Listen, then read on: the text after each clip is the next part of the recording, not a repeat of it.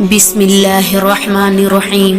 حضرت سیدنا یزید ابن میسر رحمۃ اللہ علیہ فرماتے ہیں، ہم سے پہلی امتوں میں ایک شخص تھا جس نے بہت زیادہ مال و متاع جمع کیا ہوا تھا اور اس کی اولاد بھی کافی تھی، طرح طرح کی نعمتیں اسے میسر تھی، لیکن کثیر مال ہونے کے باوجود وہ انتہائی کنجوس تھا۔ اللہ عز و جل کی راہ میں کچھ بھی خرچ نہ کرتا، ہر وقت اسی کوشش میں رہتا کہ کسی طرح میری دولت میں اضافہ ہو جائے۔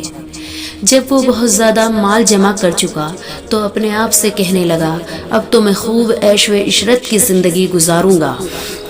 چنانچہ وہ اپنے اہل و عیال کے ساتھ خوب عیش و عشرت سے رہنے لگا۔ بہت سے خدام ہر وقت ہاتھ باندھے اس کے حکم کے منتظر رہتے، الغرض وہ ان دنیاوی آسائشوں میں ایسا مغن ہوا کہ اپنی موت کو بالکل بھول گیا۔ ایک دن ملک الموت حضرت سیدنا عزرائیل علیہ السلام ایک فقیر کی صورت میں اس کے گھر آئے اور دروازہ کھٹکھٹایا۔ غلام فوراً دروازے کی طرف دوڑے اور جیسے ہی دروازہ کھولا تو سامنے ایک فقیر کو پایا۔ اس سے پوچھا، تو یہاں کس لیے آیا ہے؟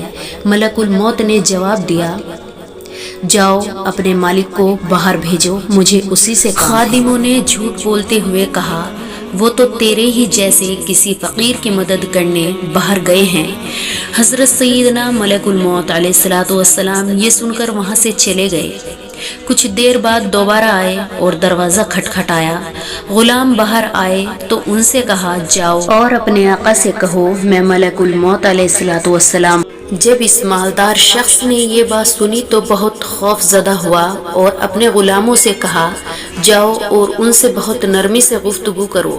خدام باہر آئے اور حضرت سیدنا ملک الموت علیہ السلام سے کہنے لگے، آپ ہمارے آقا کے بدلے کسی اور کی روح قبض کر لیں اور اسے چھوڑ دیں، اللہ عز و جل آپ کو برکتیں عطا فرمائے۔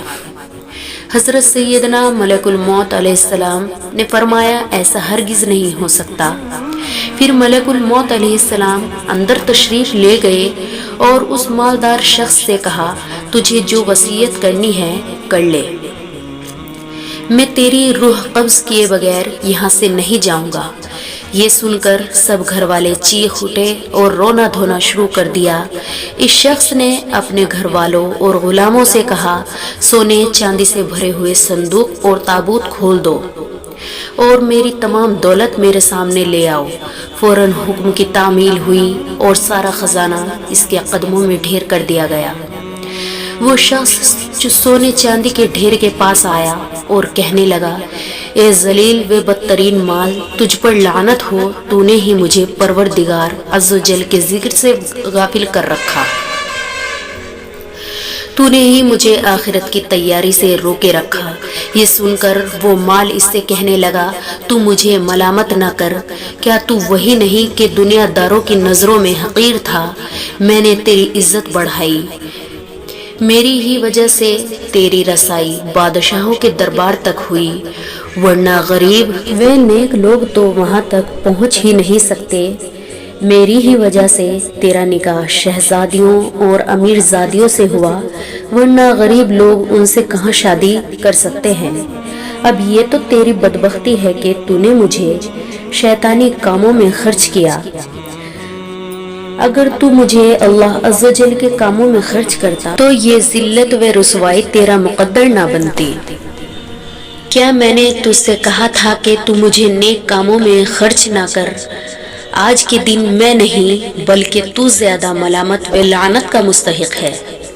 اے ابن آدم، بے شک میں اور تو دونوں ہی مٹی سے پیدا کیے گئے ہیں، بس بہت سے لوگ ایسے ہیں جو نیکی کی راہ پر گامزن ہیں اور بہت سے گناہوں میں مستغرق ہیں۔ امام ابن جوزی علیہ رحمۃ اللہ علیہ فرماتے ہیں، گویا مال ہر شخص سے اسی طرح کہتا ہے، لہذا مال کی برائیوں سے بچ کر رہو اور اسے نیک کاموں میں خرچ کرو۔